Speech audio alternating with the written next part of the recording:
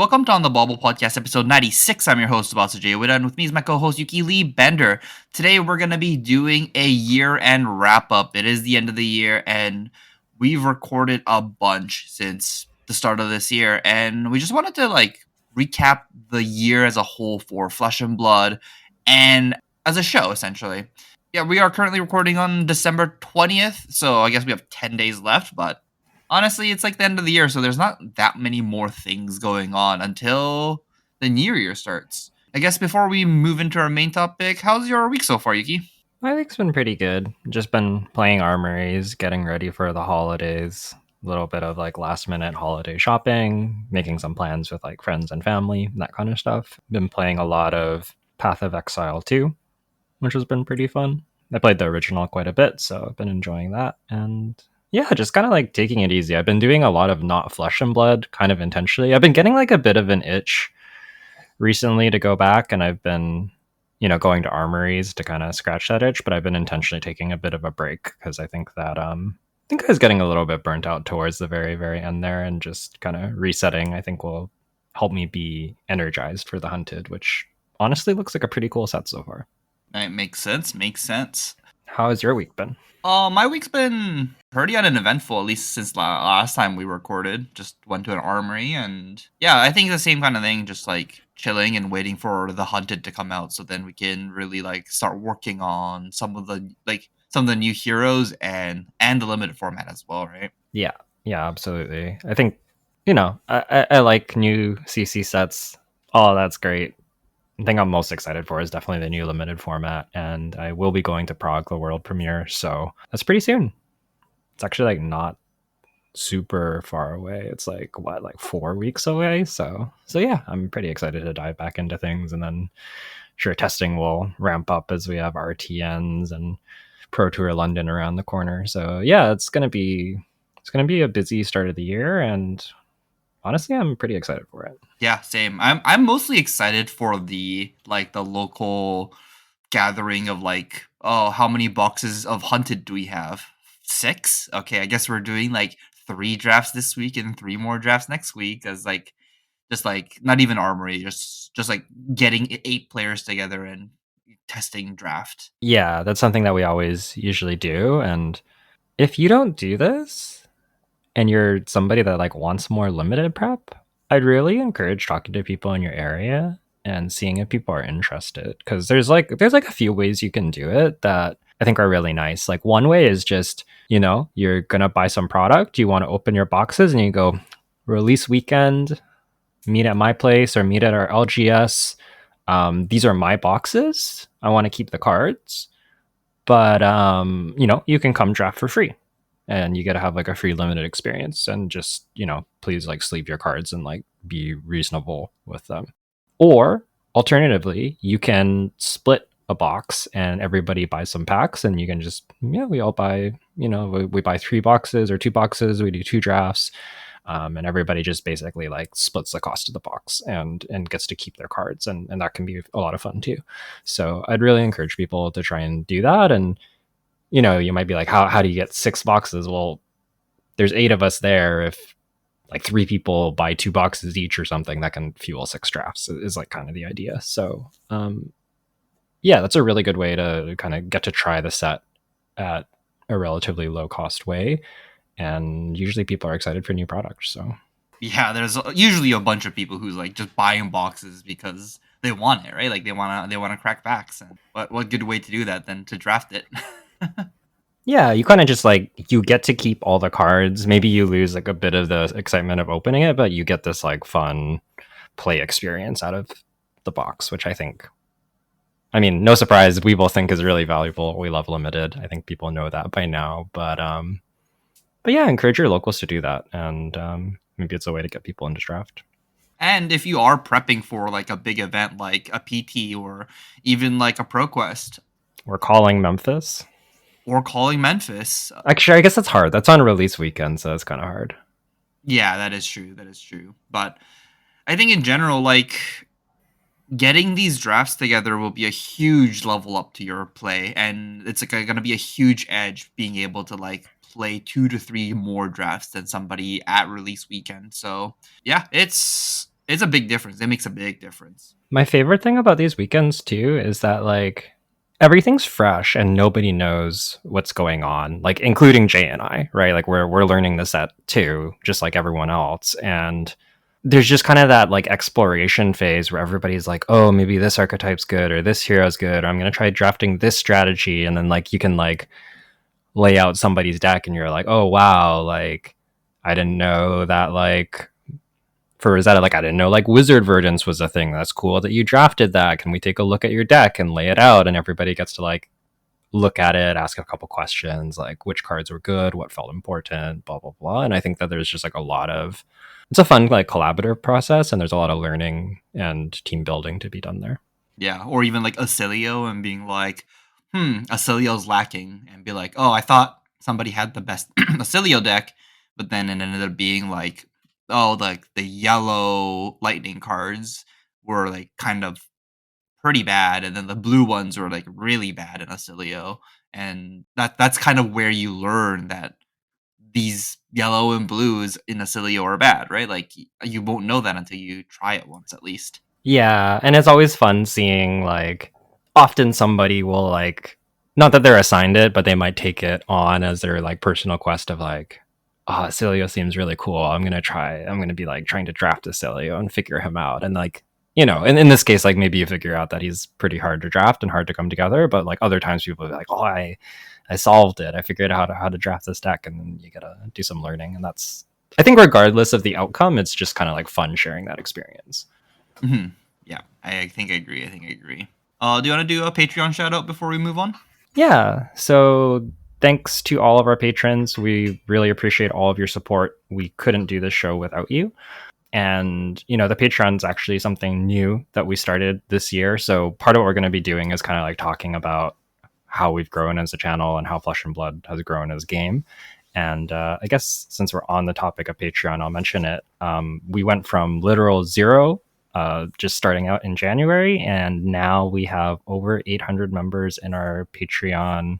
I don't know ecosystem. That's like free members, paid members, variety of tiers in there. So, you know, but we appreciate everybody that checks out the Patreon and checks out some of the free content on there, or checks out some of the paid content as well. So, thank you so much to all of you, and thank you to all of our listeners as well. It's been really nice going to events, talking to folks who say, you know, the podcast helped me out, or I prepped for this event with a podcast. I qualified for my first pro tour, or top aided my first PQ, or, you know, whatever it is. It's always nice hearing people's success stories. I guess we haven't really talked about the Patreon specifically for a little bit. It might be a good time to like recap like what Patreon has and what kind of tiers we offer actually. Yeah, so Patreon has kind of two starting tiers as just support for the podcast. Those are Cracked Bauble and Holiday Bauble at $2 and $5. You get access to the Patreon Discord and some of our show notes ahead of time. And you can check all of that out on patreon.com/onthebauble. In terms of tiers after that, we have Titanium Bauble, which I post paid content on there. So things like deck lists, how to play guides, you know, strategy guides, things like that will go up on there. Sometimes lengthy tournament reports and write-ups will be on there. Sort of kind of depends, but there's a variety of content on there that you can check out. If you're curious what some of that content looks like, do check out the Patreon, because I've set a lot of the old content from maybe like Zen meta and before to be free. So like a lot of like the old KO content and old Zen content is actually all available for free on Patreon. I think you might have to sign up as a free member to access it, but you do not need to pay. And that can give you kind of a good idea of what some of the other deck lists and deck techs might look like that are kind of more up to date and relevant in the current meta. And then our final tier is Heart of Findle, which includes all the perks of the previous ones, and then a coaching tier. So you get a free monthly coaching session included with me, and you can reach out to me about that, and we can set that up and customize that to your needs. So those are our Patreon tiers. I've actually recently added one more tier for Eye of Ophidia. Heart of Findle is sort of like intended to be like a discount tier for like early supporters, and I've limited that one to 10, and then Iophidia is basically the same one, but for when we go beyond 10 members. I basically just have like a limited number of hours that I can realistically do coaching, and so um, I'm happy to offer a discount for the first few, and then after that it's a little bit more. No, you're saying that you can't clone yourself and have like multiple Yukili benders coaching at the same time? Unfortunately, that's not possible. That sounds really great. I wish I could just make clones of myself and get them to do coaching and make the money off of it. That would be very convenient. But Yeah, very convenient. no, it does not work that way, unfortunately. Have one clone doing content, one clone doing podcast, one clone doing coaching, and then I'll just go play all the events and have fun. Okay, awesome. So I guess let's just move right into our main topic and kind of talk about Flesh and Blood as a year first. So in 2024, we've had three main sets come out, and that's gonna be Heavy Hitters in February, Part the Mistveil in May, and Rosetta in September. I guess we can just like move right in and just like talk about which one of these sets was your favorite limited set this year. I think I think it's Rosetta. I'll give the caveat. So I think Part the Mistveil was my favorite draft experience. I think the draft experience in Part the Mistveil is a lot of fun, and I like the flexibility of going between the classes. I like the extra archetype of like the Mystic archetype that you could kind of play in potentially all of the decks. So I like that aspect of it, but I think that the gameplay in Rosetta is a lot of fun, but some of the balance is okay, but maybe not quite as good as it could be. I think we've talked about this, but I think Florian was a little bit too good in Rosetta. Yeah, okay. Yeah. That's fair. That's fair. I think for my set, it has to just go to Part the Mistveil. Is this mostly from like process of elimination? No way Heavy Hitter is gonna get my vote. Same.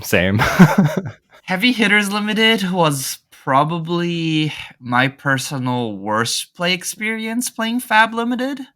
Yeah. I know that like it was kind of a popular set in the sense of like a lot of people did enjoy that limited format, but I think for myself, the clash mechanic and the random draw discard mechanics of heavy hitters really did kind of turn me off from the format. And it didn't improve as the time went by. It actually got worse as time went by. So yeah, heavy hitters dead last. Yeah. Agree with that. Agree with that. Yeah, but compared with Rosetta and Part the Mistveil, I think the Rosetta gameplay is much better, but I do enjoy the draft process a lot, and I think Part the Mistveil was the format where you got to like sit down, you picked up your pack one, pick one, and then you're like in the tank, and now you're thinking. And Rosetta just doesn't give the same kind of feel. There's like Rosetta like there's a lot of power cards. There's a lot of cards that's like close to unplayable for your deck. Whereas I feel like part of the Mistville had like a lot of mediocre cards, but all the mediocre cards kind of work together. Yeah, I think I agree with that. And understanding like where to fit in those cards and when they were good felt like a big skill in Part the Misveil. So yeah, I really like Part the Misveil. And even though I say that Rosetta was probably my favorite gameplay of the year, Part of the Misveil still had pretty good gameplay overall. Some of the Enigma mirrors were like not my favorite, but overall gameplay was pretty good in that set. Yeah, the scrappy Enigma mirrors were the worst. Yeah. Oh man, when both the Enigma decks were bad, oh what a game of flesh and blood that was. Yeah, no, the Enigma mirrors could be pretty interesting. Some of the bad Enigma decks in that format were just like hilarious. Yeah, you're just like, wow, how do you even ever get a reasonable turn cycle with bad Enigma decks? It's just like, man, the sometimes you play cards and you're just like, I did like a 3 card 6. That was an above average turn for this deck. Yeah, definitely true. And there's a lot of no blocks in that deck too. Yeah, there's way too many no blocks in that set in general too. I think it did make for an interesting limited format because the weapons were a little bit weak, other than Zen, making the daggers one from Mistblade was like I think a really good design. Yeah, yeah, I agree with all of that. Yeah, Part of the Mistvale was a pretty sweet limited set. So, if Part of the Mistvale is your favorite limited set, I guess what's your all-time favorite, and how does Part of the Mistvale compare to that? What is my all-time favorite? Give me 1 minute. I'm gonna look it up. What about you, Yuki? Yeah, well, Jay's thinking I can go out and say I think my all-time limited is still Bright Lights.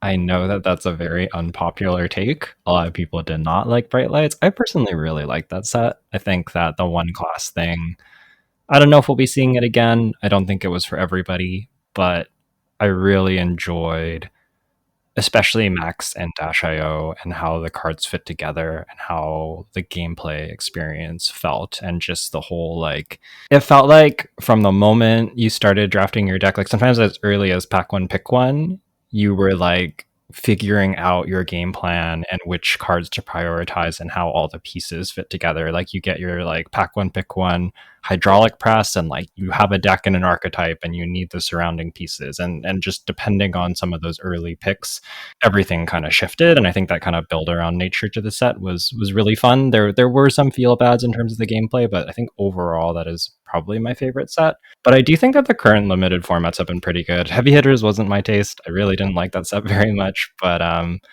Rosetta and Part the Mistvale were not quite as good for me, but comparable. They were fairly close. I would say it's like if I don't think I don't know if we've had like a 10 in Fab yet for me. I don't think Bright Lights is a 10. It might be like a 8.5 or a 9. And then maybe like Heavy Hitters, Part of the Misfail might be like a 7.5 for me. Heavy hitters? Sorry, Rosetta and Part of the Misfail might be like a 7.5. That makes sense. What about heavy hitters? What about heavy hitters? What do you think about heavy hitters? I don't think this set's bad, but I really didn't like it. I think from like an enjoyment standpoint, it might be like it might honestly be like a 2. I think from like a design standpoint, it's like okay. I had a miserable time drafting that set. I also did really poorly drafting that set, and I never felt like I completely understood why. I feel like I talked to people who had similar takes. They'd look at my deck and they'd be like, "Yeah, this is reasonable," and then the most unreasonable things would happen in the games, and I don't know. Like, yeah, Yeah. Heavy hitters had some variance built into the format where the designers intentionally made it so that you couldn't mitigate the variance. I feel like that's what happened. I think so. Yeah, I definitely like won with some very bad decks and lost with some very good decks, and I never felt like I really completely knew why. And I don't know. I know some people like that set. Maybe it's possible I was missing something. It didn't click with me, but yeah, I did not enjoy that set very much. Fair enough. Fair enough. For my set, I figured it out. I think it's Outsiders. Outsiders was a format that I really, really enjoyed. I played a lot of it, and I feel like balance wise, it wasn't like perfectly balanced, but there were 6 heroes in this set, and I really enjoyed playing all of them. And I feel like this was one of the formats where all 6 of the heroes were pretty good. Maybe Azalea might have been the worst, but like even then she was like playable and like you could play Azalea decks. And I feel like Outsiders was a format where this was before the maximum deck size rule, so which made Riptide and Azalea playable. And if you play Outsiders now with a 30 card maximum, I feel like the set's gonna be unplayable. Yeah, I think Azalea would do okay. I felt like I often wanted 30 card Azalea decks, but I agree with you that Riptide I don't think has a win condition in that set if you can't play above 30. Yeah, you well, if everyone else plays 30 and you get to play like 33, then you might be able to do it, but like As his text box says, you can play 3 more cards, the young one only. This is so funny. yeah, I think if you limit Riptide to 30, then Ranger will become too bad. So I think with the current rules, Outsiders might not be good anymore. But when Outsiders was the prime of its set, it was I think it might definitely my favorite set. Okay, okay. I don't think it was my favorite set, but I did enjoy it. I think I liked it more than some people. Some people didn't like that set. I enjoyed that set. But you got to like Katsu people and like Kodachi, or you got to like whatever the young hero Benji, that's his name, Benji, and like you got to do like cool Benji stuff when your Katsu deck kind of fell apart. It's true. I feel like what happened in that set was like typically Flesh and Blood is a game where once you decide on like what class or hero you're on, you don't really get to like move around or pivot. But Outsiders was a format where there was like a lot of dual class cards. There were two different heroes in a class, so like you can be like trying to draft Riptide and then be like, oh, actually this is it. This is an Azalea deck and it's like better as an Azalea deck. If you're drafting like Benji cards and you're just like, the Benji cards aren't coming, but this is a pretty good Katsu deck now, so I should pivot towards a Katsu deck. And it's the same thing for the assassins, right? Like, oh, this looked like a really good Azuri deck, but no, actually, if I pick up these prowls, it turns into a really good Arachne deck. And it was just like there were like specific things that each hero wanted, and they were slightly different, but they were because they were in the same class, you got to like kind of pivot and move between the lines between those two heroes. So, which is what I enjoyed. I think this is like the same thing. It's like I kind of enjoyed this format because of the drafting process was like a lot more intricate than some of the other sets. Yeah, that makes a lot of sense. I think that's part of what I liked about Bright Lights too, is that because it is all single class, you get a lot of you can like be pivoting very late in the packs, and like sometimes your first pack is just like I have like all like boost cards. Most of them are red, and I have some like blue block threes. And then it's like I can play literally any of the heroes, and then you get like a late Evo or a late Boom Grenade or just like whatever it is. And then you're like, oh, I can be more Max, or I can be more Dash IO, or I can be more Teklo. But it felt like you were really able to move between those decks in that format because it was single class, and I think that sounds kind of similar to what you liked about Outsiders. Yeah, yeah. That makes a lot of sense. I like it. I like Bright Lights a lot too. Just as a heads up. Yeah. It's funny because I feel like that was like maybe one of the least popular sets, but we I think we both really liked it. Yeah, I think so. I think so. It was a weird dynamic of like, the masses hate bright lights. I don't understand why. And then I kind of talked about it with some people, and it was like it's probably because people were just like forcing Teklo Boston and just like thought Teklo Boston was the only deck viable in the format. And I'm just like Teklo Boston's probably the worst deck in the format. I don't really want to be on him. Yeah, I think maybe the like floor on Dio and Max was like a little bit too bad and a little too punishing. Where like I think that like for the first, I don't know, 5 to 10 drafts, it was only Teklo. Like I tried drafting other decks and I'm like, I don't know, can't quite get it to work. Like I wonder if this works. I wonder if this works. And I think if you're drafting this at 5 to 10 times total, that's all that you see, and it's not very fun. And I think that maybe the biggest failing of that set was that ways that you could play Dash IO and Max was perhaps like not obvious enough, or like too particular and difficult to execute, that I think a lot of people just didn't really get to experience that side of the set. Yeah. It has the issue of the average Flesh and Blood player will draft a set 5 to 6 times. That set was bad the first 5 times you drafted it. Yeah, and honestly, sometimes that even includes people that are like playing Worlds. Maybe like I don't want to speak on others' Worlds prep, but I know that like not everybody was grinding draft. I think people have started prepping limited a little bit more in recent years, like within the last year. But yeah, at the time, I definitely know people. Like I personally know people that would test it, and they're like, I was doing like my first few Bright Lights drafts like the week before Worlds, and it's like, oh, like that's so different than like our scene where people just like play limited because they like it. Yeah, like you're on draft number 20 by that time, right? Yeah, something like that. Let's move on and talk about your favorite card of this year. So we're gonna do CC and limited. I think for CC, my favorite card is Gone in a Flash. It's sort of funny because I don't think Aurora ended up my favorite CC deck by any means, but Gone in a Flash is a very sweet Flesh and Blood card. I really like in Magic, some of my favorite themes were like blinking cards. So like basically it'd be like you banish it into end of turn, then it comes back, and then when it enters you get some effect. That was really fun. And also just kind of like recursion effects. And I feel like Gone in a Flash is like kind of somewhere in the middle of that. Like you play your instant, you pick it back up, you play the Gone in a Flash again, and I find that kind of gameplay just like very enjoyable. I really want to like Aurora and Acilio. I think the no blocks are a slight problem for me in terms of my enjoyment of those decks, but yeah, I think Gone in a Flash is a very sweet design, and I think it's my one of my favorite Flash and Blood cards actually, just like overall. Yeah, I agree with you. Gone in the Flash was a great design card. It's like not broken, and it was fair, but it was flashy and cool. And when it did the unfair stuff, it was unfair, and it was work to do it. Yeah, and it feels good, right? Like you like Arsenal, you're Gone in a Flash, you get your other piece, and it like you feel like you're getting away with something when you're doing it. It's like this thing was like it didn't like end the game on the spot. It's not like completely broken. It's not like it's not like a mirror guy level card in terms of impact, but it's definitely impactful and it just like feels good. You know what I mean?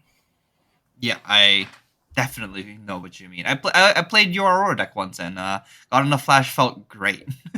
What's your favorite CC card? My favorite CC card that got printed this year is definitely Prognosis. I call it Pognosis a lot recently because it just like feels so good to play it every time you play it.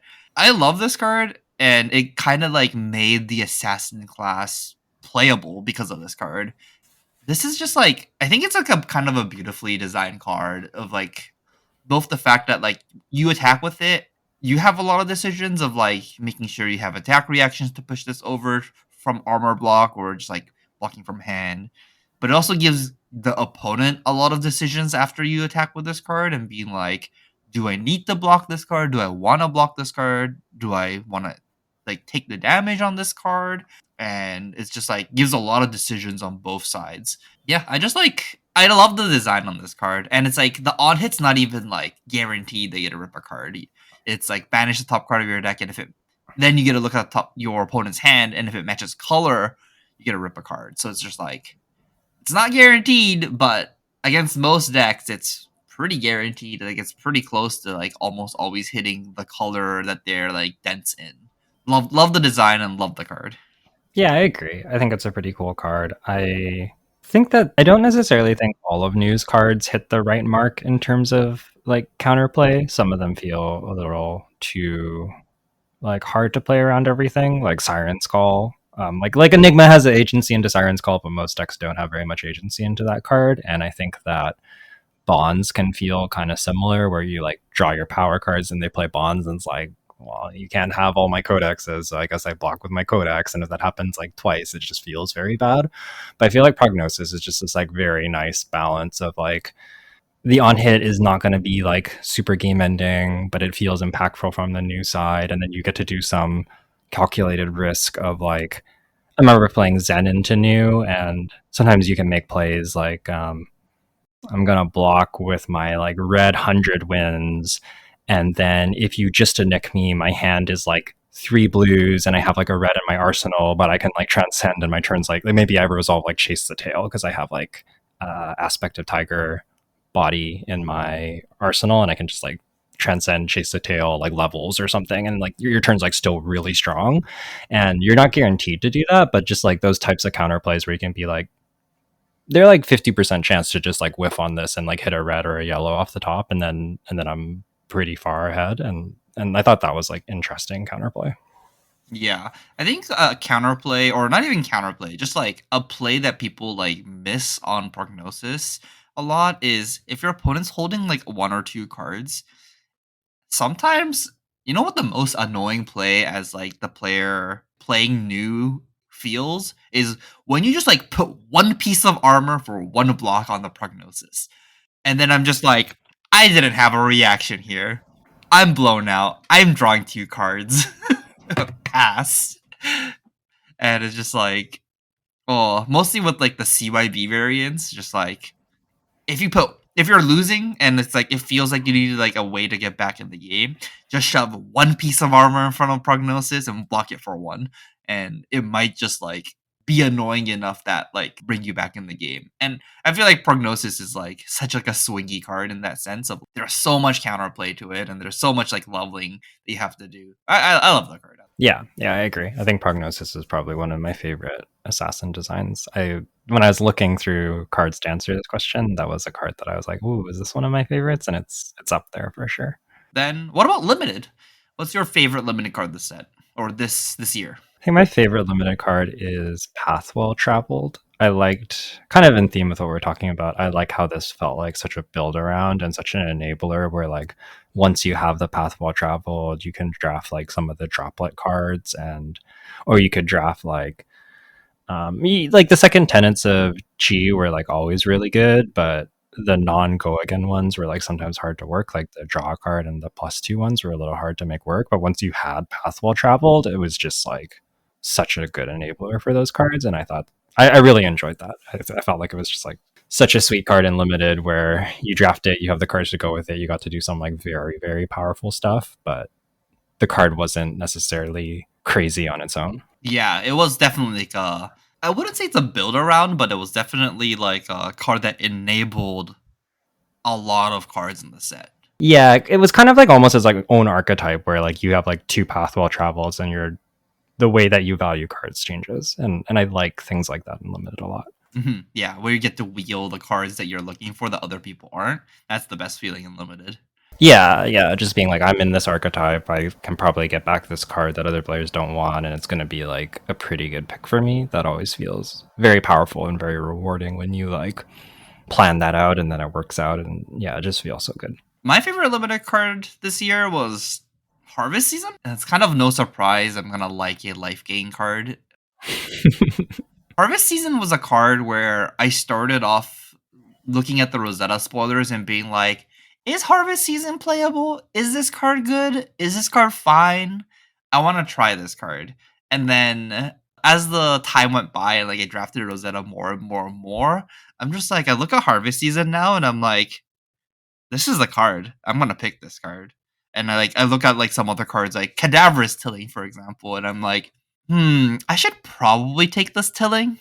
But no, it's Harvest Season. Harvest Season is just like it's just so solid no matter where you play it, when you play it. It doesn't matter. It doesn't care if you want it to decompose. It helps to decompose, but like, oh man, it just gains so much life. It's so free. I love that card. That card is so good. I like whenever I get to pop the bubble on Harvest Season. It feels so unfair. Pop the Bubble on Harvest Season. Luckily, Pop the Bubble is a rare, so it doesn't happen that often. Yeah. You can also like Summers follow it, but often that's kind of okay because then you're playing an Earth Mirror, so you probably get back to second cycle. So I thought that was actually kind of fun. Yeah. Summer's Fall in the Earth Mirror is kind of bad, unless you're hitting like a token aura. I don't know if it's bad, but it's like not nearly as powerful as it reads. Yeah, well, I'm just like I'd rather have like Blossoming Decay. Yeah. It just gains a life when you decompose. So it was kind of lacking. I feel like Summer's Fall overall was I guess it was seeded for CC more than limited, right? Probably. Yeah, that would make sense. They were like, we need to give ways for Earth heroes to beat Enigma. Yeah. That does feel like what they were going for. I don't think it really worked in practice, but Yeah, I don't think it worked in practice. it is what it is. It's a thing that you can do that prolongs the game, I guess. Yeah, if it like, what did it have to do? Did it have to destroy the aura? If it destroyed the aura, it would be pretty good. The fact that it's so sad that you like put that mirror guy on the bottom and you like pitch stack it with the chi for them because they play the chi to the mirror guy. It's just like, no. You're so right. I didn't even realize that was a thing. Yeah, it's just like if they traverse, they break it up, but it feels bad that you're just like, you like sit there and you're like, Summers Fall, your mirror guy, Summers Fall, your mirror guy, Summers Fall, your mirror guy. And then you're like, oh no, we're getting close to second cycle. They're gonna mirror guy me 3 turns in a row. Oh, that's so gross. Okay, let's move on. Let's I guess we'll just mention real quickly. Armory decks were a new thing that got added this year. What did you think about armory decks? Yeah, I really like the addition of armory decks. I think that between this and the expansion slot card, it really gives them a lot of tools to give heroes support without having to wait for that class to come around and get support. Because as Flesh and Blood has gotten more and more classes and talents, it's just hard for all of them to get the help that they need. Ranger comes to mind. We haven't had a Ranger since Outsiders is the class with the least support, or the longest gap in support currently. So, but yeah, at least they were able to give the Azalea Armory deck and some expansion slot cards to that class, and I think that that's been just like a really nice addition, and it's a good intro product too. We actually had two new players at our armory just yesterday that were playing Dash.io. One of them was just like trying it out on the side, and the other one was had like a few upgrades, like they had a Tekla Foundry Heart in there, changed a few cards around, and played some pretty competitive games. Actually, he was like a really solid player. Yeah, no, it's a great introductory product. I think the one thing I have against these armory deck, or not against, but like I wish that they would do, would be print a little bit more staple cards in them to at least to like put some copies into the ecosystem. Something like one E Strike or like Command and Conquer is like too expensive of a card to put in, but like something like that where it's like a $10 to $30 card right now that like people would need that I wish that would be included as a one of at non foil or something. So like there will be more in the ecosystem, and at least there are ways to pick some of these like hard to get cards. Like I wish like if they print like an Earth Armory deck hero, they would put like Plow Under in there or something. Like one copy Plow Under. Did you know that E Strike is not a $10 to $30 card anymore? Yeah, that card is a card that's like I think that card should be $30. It's like $70 right now, right? 70 CAD. 70 CAD. Yeah, the white border is like sold out on TCG at like 55, and the black border WTR is like 90. What? That's crazy. I did not realize E Strike was. Oh wait, I have it on ship to Canada, so maybe it's wrong. I know that they're really expensive. Like recently, it's just gotten really expensive. You gotta switch it to. Oh, okay. It's like $60 US. Okay, 60 US. Still, that's a lot. Yeah, it's too much for this card, and this card is a card that needs to get reprinted soon. And I guess it's good for me because I think I have at least 7 of these. But yeah, I look as a person that like has like a lot of extras of these like high end majestics. I still don't like it that it's too high. It's like it becomes a barrier to entry, and I'd rather have more people, newer players playing the game than my value of my collection going up. Yeah, I agree with that. I also think that like some of these decks could probably have like sync blows in them. Yeah, sinks are expensive. Like Jarl. Like Jarl could just have sync blows in them. Yeah, it doesn't even have to be a playset. It could just be like one or two. Like put some of them in, and they'll play with it, and they go, "Oh, this card is good. I'll need to find some more." Yeah, I agree. I think overall, pretty sweet product. Maybe a little bit of work to be done. Yeah, I'm a fan. Fair enough. Fair enough. Okay, then let's kind of recap the formats that like happened in Flesh and Blood this year. I think the best way to talk about like the formats and how like it changed as the sets came out is like just talking about the PTs. The first PT of this year was PT Los Angeles. That was the one with the heavy hitters draft, which was won by Dromai, which I think LL'd it, or was it a set after that? Yeah, think Dromai allowed from that event. Or at least close to it. Maybe it was a calling after the PT. I think she just LL'd that event. I could be wrong. Okay, but it was close. It was reaching the 900 points. Either way. Yeah, but we had Dromai this year. Dromai felt like she was gone a long time ago. Yeah, we've just had the meta change a lot. I think both from having Dex LL and from having very impactful sets. And we didn't have like a Lexi or an Oldham that just like stuck around for a year and kind of dominated the format. I think Dex rotating right away from Living Legend points is like probably a big part of this.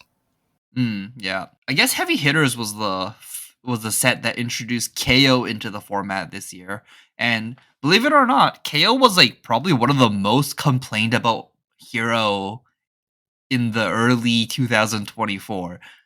That's crazy to me, man. Like looking at right now, it's 2024 December, and I don't see KOs anywhere in like the top tables of like these big majors. And at the beginning of this year, KO was everywhere, and people were like, "How do we beat KO? KO is an issue. KO is a problem. It's too good at doing math." And I'm just like, "Wow, what happened with KO?" I think what happened is MST happened. I think KO is going to be coming back, but ultimately he was doing like pretty fair things. I mean, like Blood Rush Bellow, definitely like approaching the unfair territory. He's still playing like pretty standard games of Flesh and Blood at the end of the day, and I think that's like why the heavy hitters meta was so diverse. Was that all the decks were pretty fair. Dromai wasn't necessarily super fair, but like you had poppers to interact with her, and I think overall she was actually like more decks had game into her than decks have game into Enigma. That's fair. That's fair. And you mentioned the Misveil heroes, so let's just move right in and talk about PT Amsterdam, which was part of the Misveil with surprising deck Azuri winning, but that wasn't the story of that format, right? Yeah, Uzuri was kind of a rogue deck. The story of that format was definitely Zen. Zen was pretty clearly the best deck, doing extremely well during national season, which kind of led up to that. And then we saw the emergence of New as honestly primarily a Zen counter. Still a good deck, of course. Still a good deck now. But I really think the reason that New's meta share was where it was as a counter to the obvious broken and best deck Zen, who I think only really lost to Assassin at the time. Yeah, Zen was so messed up. And it was actually so messed up. Like, Mistvale came out, and in what about a month or so, I think it was Pudding who like put out a Zen list that was just like kind of like nicely tuned with the bonds of ancestries that just like exploded Zen into this spot of like, how does anything beat Zen? And why were we even complaining about KO in the first place? Yeah. I think people tend to not like whatever the best deck is. That's just like human nature. You lose to something enough, you get tired of it and you complain about it. Especially in this game where like the decks are heroes. So they like almost have like a personality, more so than like Magic, where the deck's just like green, black, mid range. I think people kind of get like attached to that. I think people kind of forgot that as good as KO was, even as good as Lexi was, they were not killing you on turn two like Zen was. Yeah, some of the games where Zen got to transcend on turn zero. How is that fair? Like, who thought this was okay? Like, man, just like being able to transcend turn zero, set up a bonds, and then next turn just bonds you is like, oh my god, like those games were not games, not even close to being games. Uh, Going from like 40 to 10 in one turn, nah, not okay, not okay. Yeah, it's like through all your blocks and your armor, you're like down to five. Okay.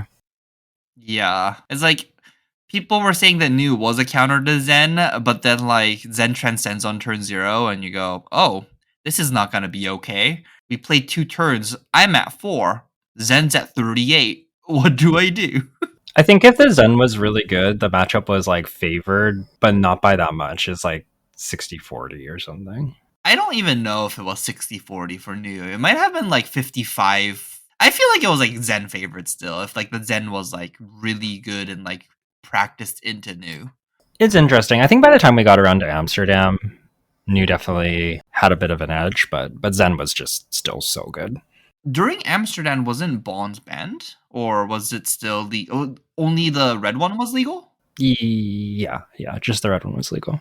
Yeah, I think that actually shifted it a little bit from like the super explosive like 35 damage turn Zen during Catnat season, and then I feel like it was like that banning actually made the matchup new favored, and then getting rid of the card itself made the hero play like the hero fair to where he is right now. That makes sense. You also lost a blue 3 block, so Yeah, that being said, Zen got completely banned out. What do you think about Zen right now? it's interesting. Zen ate multiple bans with first just blue and yellow bonds, and then all of the bonds and Art of War. And then people are kind of like, maybe Zen's not that good. And then there was a number of people who were very high on Zen. Runaways podcast was like a big proponent of Zen going into Worlds, and we saw Zen actually win the calling in Osaka, and since win quite a few events. Like Nick Butcher won just recently at Calling Kuala Lumpur, and we just seen a lot of Zen doing well at recent events, and I think there's an argument to be made that he might be the best deck, but I think even from that statement, you can sort of see that rather than being the de facto broken BDIF, he's just a very, very solid deck that might be the best position deck at the moment and is doing very powerful things, but feels a lot more fair and reasonable. I think he's the best deck in a way that is like healthy and acceptable. Yes, maybe part of the miss fail is a little bit pushed. I think that that is still true, but ultimately Zen is playing kind of reasonable games of Flesh and Blood. He's not OTKing you, and I kind of like this shift towards like a little bit more blocky mid-rangey Zen that's playing some deep reacts and is just kind of like a little bit more of a value deck. I think that that's he creates much more interesting games now. Yes, I agree. I love the fact that Cosmic Awakening is a deck now, or is a card in the deck now. Yeah, it's sort of funny because it was in Pudding's initial list. I think Pudding's list was actually like very shortly after release. It was in a show match with the card guys. I think it might have been like week 1 or something of the format, which is crazy. Shout out to Pudding, who has been on an absolute tear this year, but also just kind of like cracked the format wide open there. But Zen like had Cosmic Awakening in the deck and it's like, oh yeah, you can't fatigue him. But then after a while, you just kind of realize like, oh, this deck just does so much damage. Like you don't really need Cosmic Awakening. But now that Art of War is gone, now that Bonds is gone, it's like, okay, yeah, Cosmic Awakening is like a real win con that can come up in some of your longer games, and I think that that's interesting to play against and interesting to play with as well, because you very much need to second cycle this card, set up your deck for it, and that gives your opponent the opportunity to see that you're pitch stacking this, or in the case of Zen, maybe just continually tutoring and thinning your deck until you have nothing but cheese and cosmics left. That's like the other way you can do this, but that gives you the chance to do things like disrupt them.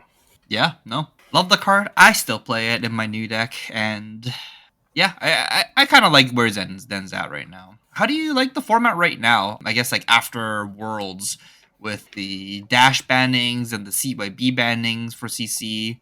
How are you enjoying the CC format before Hunted release? I think overall the format's in a pretty good place. I'm like personally in a weird spot where I put a lot of time into Dash IO and then that deck got banned. And even though we had Calling Portland, it's like a bit of a lame duck format because that was kind of like the one event, and then we're going to be over to Hunted before long. So it's like a hard format to engage with, but I think that overall, even if it is predominantly part of the Mistveil decks, at least there is a variety of them, and I think we still see like Viscerai doing well, and Aurora hasn't had the same amount of results recently, despite being well represented. And I don't know if that's like a shift in the meta or just like it hasn't been that many events, so it could be like a sample size issue in some variants. But regardless, I think Aurora is like a reasonable choice, and I think that that's like honestly a pretty healthy place for a format to be, given how long we've had Rosetta for. Formats just get narrower as more and more games are played and people understand what the best things are. It's kind of inevitable, and I think that having 4 to 5 kind of top decks that have game is a pretty okay place for the format to be.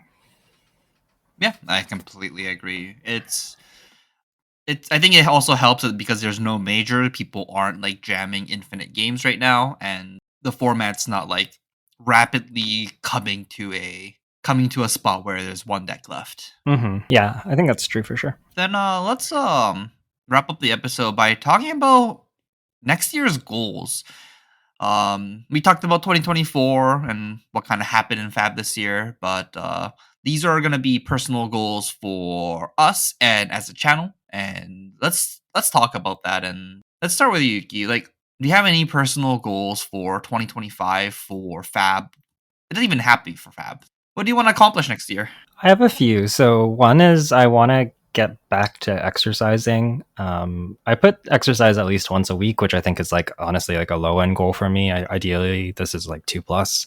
People might not know this, but I am generally a person that has been pretty active. I like going skiing. I like going hiking. I like doing outdoorsy stuff. And I think that recently with the shift towards like the last year doing Flesh and Blood more or less full time and being away a lot to, like visit my partner and stuff like that, where it was hard to have a routine. And I think a lot of that exercise was kind of lost. And I've been really feeling that lately. And I want to get that back. I think that it will help me, you know, be healthy and happy, but also I think it will probably help me in Flesh and Blood as well. So that's something I'm really looking to ramp up.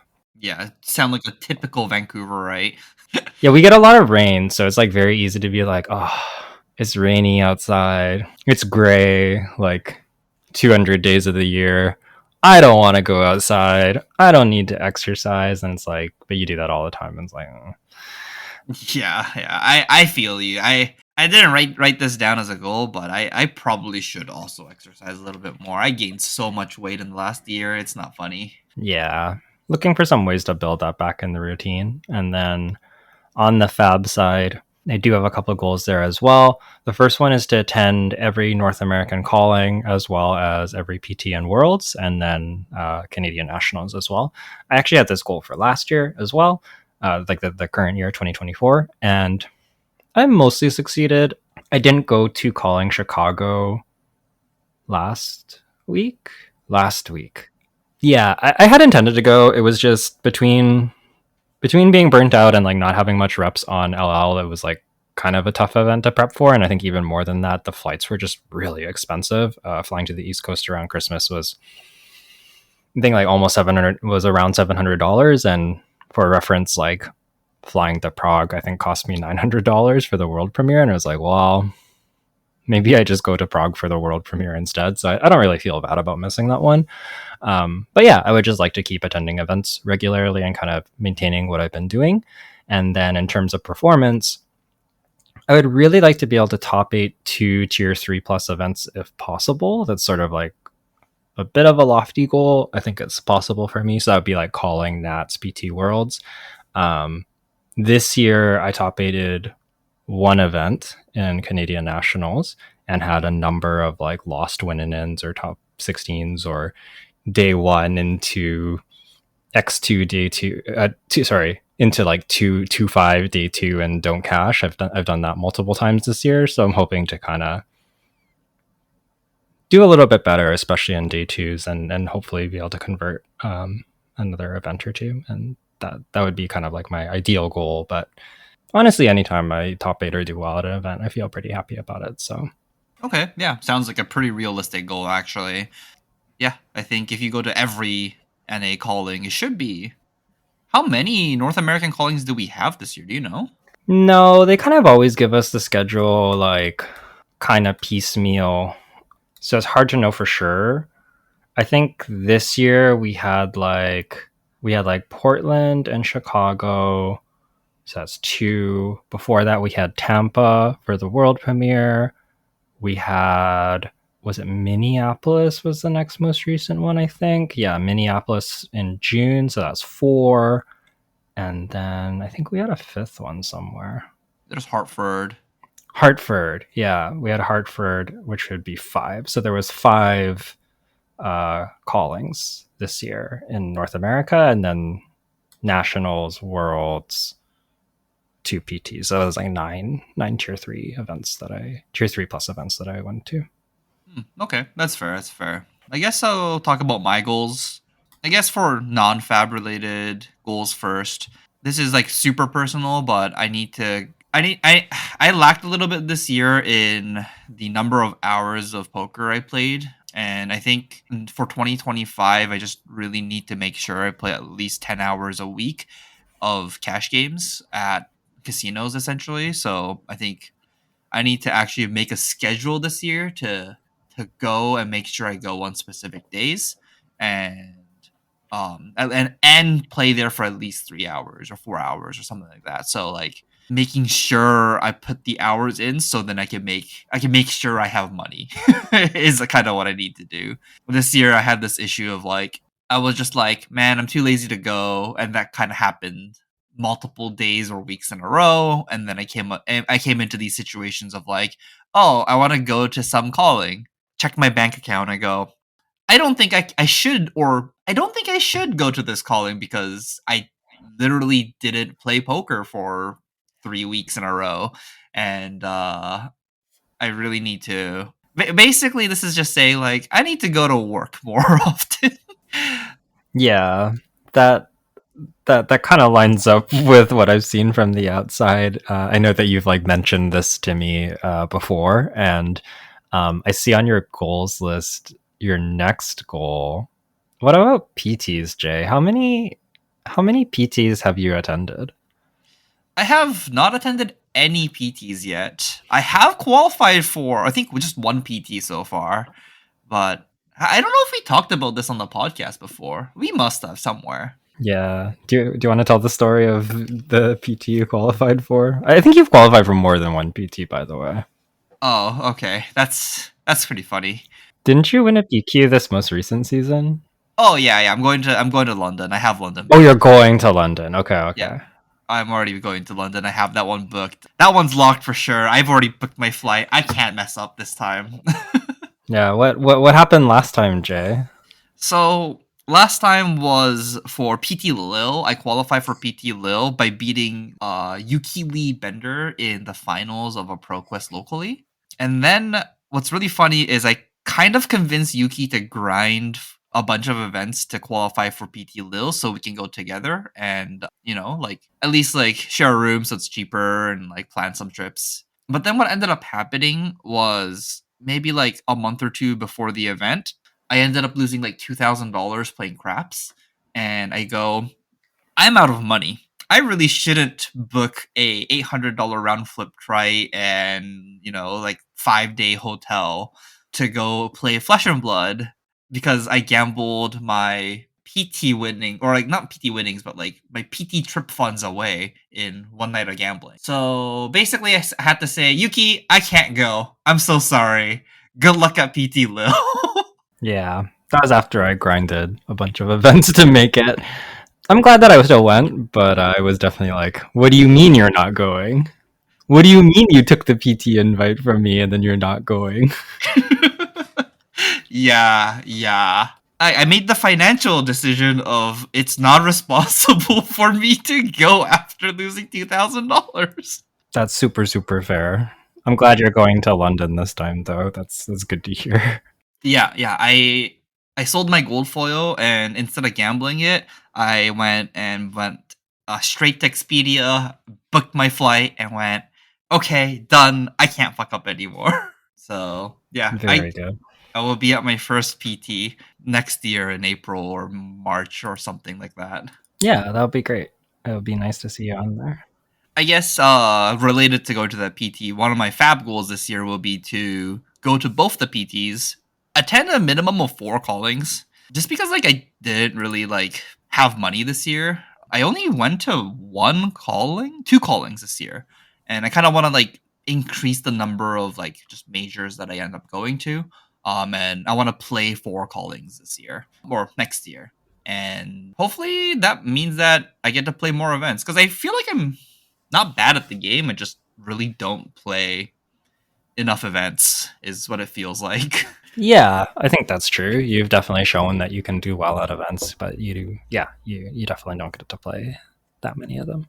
Yeah, I have like 1 or 2 majors a year, and I can like top 16, top 32 them, and then that's my 2 chances. Oh, that I gotta try next year. Nah, this year or in 2025, I'm gonna play.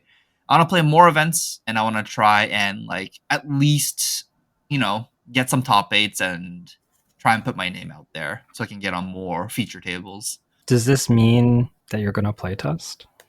Yeah, that's my first goal that I wrote down here is to play test Fab before every tier 3 or higher event. You know what? I will actually take the time to try and playtest Flesh and Blood for every tier 3. So for London for sure, I'm gonna be playtesting as much as I can, and it's also because the new Arachne hero looks so sweet. I'm definitely going to give that one a try and making sure that I have a that deck ready. If it's bad, good or bad, and then have a backup best deck in format and playtest that deck as well. So then I have two decks that I can follow. That's good. I'm excited for you. I've always thought that you could be very good at Flesh and Blood if you actually put in the time. So, yeah, that's cool. Rather than just being like, Yuki, give me a deck. It's Nationals. I haven't played it at all. Why isn't this deck up to date? Jay, I gave this deck to you a month ago and told you I hadn't been working on it for a month. It's 2 months old. What do you want from me? And then you top eight anyways. Like, that's the sick part. But, like, imagine if you practiced. Yeah, practicing is a lot of effort though. Like I'm an average Joe, Yuki. Like practicing hard. Mm-hmm. Mm-hmm. Yeah, yeah. I think honestly though, like playing TCGs, practicing TCGs is important, but it definitely is a hard. It's definitely hard. Like it's like you gotta find time, you gotta find the people, you gotta just like finding the time is hard. Yeah, no, I agree with you. It does take a lot of sustained effort. And all right, let's move on to channel and podcast goals. So we mentioned the Patreon's been growing. I would love to maintain that kind of growth on the Patreon. We've gotten to 800 members overall. If we could do something similar next year, let's even set it a bit low. Let's say if we can get to like 1,500 members overall, I would be thrilled. I don't know if that's going to happen. I don't know if that's like a realistic goal, but honestly, just seeing the Patreon do well and seeing it grow and people to continue to support us is amazing. And hearing more and more stories of people finding success in their flesh and blood journey is something I'm looking forward to. Any goals for the YouTube channel? I think the our best goal for the YouTube channel should be like 1,500 subs on YouTube. We recently hit in December 1,000 subs on YouTube. This year, from the beginning of this year, we went from 573 subs to 1,026 subs as the day of recording. So we grew a significant amount in the last year, and honestly, I think thank you Yuki for joining me in recording not every week but basically every week. We've released 44 podcast episodes this year. Yeah. So episode 53 released for us on January 5th, and we're currently recording episode 96. It should be up before the end of the year. So that is 44 episodes. And I think early on this year, we talked about wanting to record more regularly, trying to do weekly episodes, and we didn't quite do it. But honestly, we're pretty close. That's pretty good. That means we missed 8 weeks overall. And sometimes just with like travel and stuff like that, it is very challenging to do every week. But I'm pretty happy with that. I feel like even if we didn't quite record every single week, we came close. And for next year, I'd like to see us at least do the same. I'd like to see us like maintain this 44 or maybe even record an extra one or two compared to that. That would be an awesome goal, I think.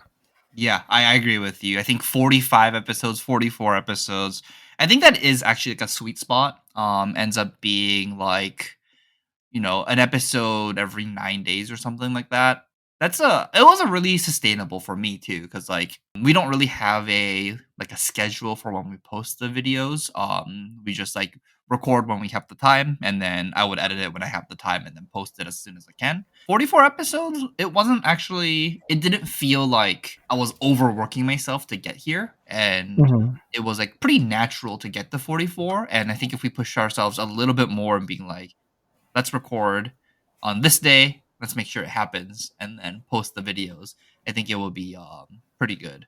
But I think just because of like how, if we go to Worlds or if we go to a PT, I there's some like trips for poker that I need to go to, and it's just not feasible to record every single week, right? Yeah. There's just some times where it's a little bit challenging, but overall, I think we've done really well. And I also want to thank you as well, Jay. That I appreciate you making the time to record with me, go through the show notes, plan all that, and edit the podcast. Jay does all of our podcast editing, and I know that that's like a big job that you take on, and just very appreciative of you doing that, and being part of this.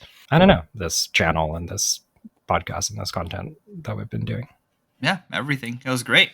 It was this year was great. It felt a lot more organized than our first 2 years, first year. How many years of this have we been doing now? We started. When was our first episode? I don't know. That's a really good question. It's definitely more than 2 years, because I don't think we did 55 episodes before that, and there was no way.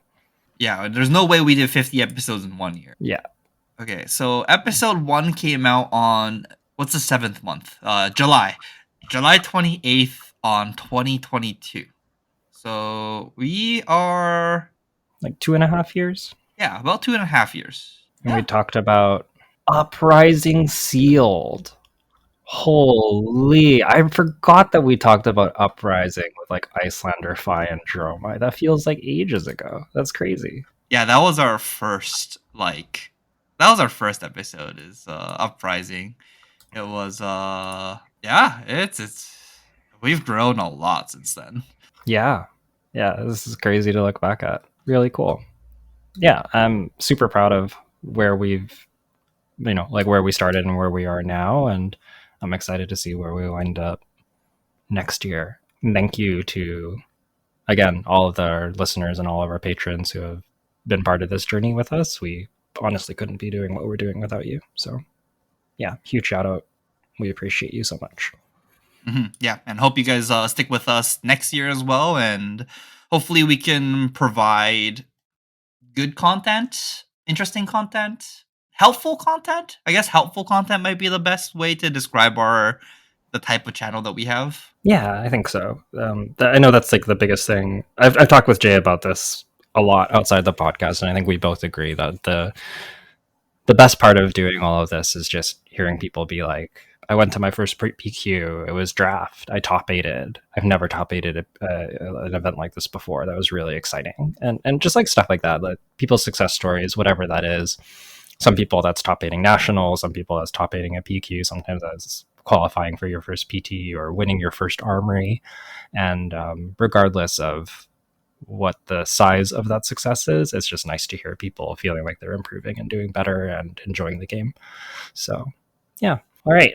I think one thing to say is like not like a goal that we've written down or anything, but like I really wanted this channel or this podcast to be like the most educational podcast, at least like a podcast where we can like help new players and existing players like really level up and get to like a higher level of flesh and blood as possible, and less of like an entertaining podcast, if that makes sense. Yeah, that was one of the things that we talked about for sure early on, was like wanting to be a channel where we help people get better and we're giving kind of our honest, unfiltered thoughts about how to do that and how to, play draft and play limited and what we think is best. Not to say that we get everything right. I'm sure that we make mistakes sometimes, but regardless, we're doing the best that we can and giving you our most complete thoughts that we can at the time. And I think that's really shone through kind of all the content that we do from when we started until now. And I'm really proud of that. I'm glad that we've maintained that. And I'm glad it makes me happy too when listeners comment on that. I've definitely had listeners or people on the Discord comment about that, and that feels nice too, that it feels like people notice it. Mm-hmm. Yeah, I agree. Okay, then let's wrap it up right here. This will be the last episode of this year. Thanks everyone for joining us for this episode and for our journey in 2024. Looking forward to seeing you all next year in 2025. Happy holidays for you, whatever that looks like, and we wish you a happy new year, and good luck to you in your upcoming events as we all dive into the Hunted together. If you want to get in touch with us, Jay is at UwaitaJ over on Twitter or X, and I'm at YukiLeeBender. You can email us directly at onthebauble@gmail.com, or you can check us out over on Patreon. That's going to wrap us up. Happy New Year's, everyone. See y'all later.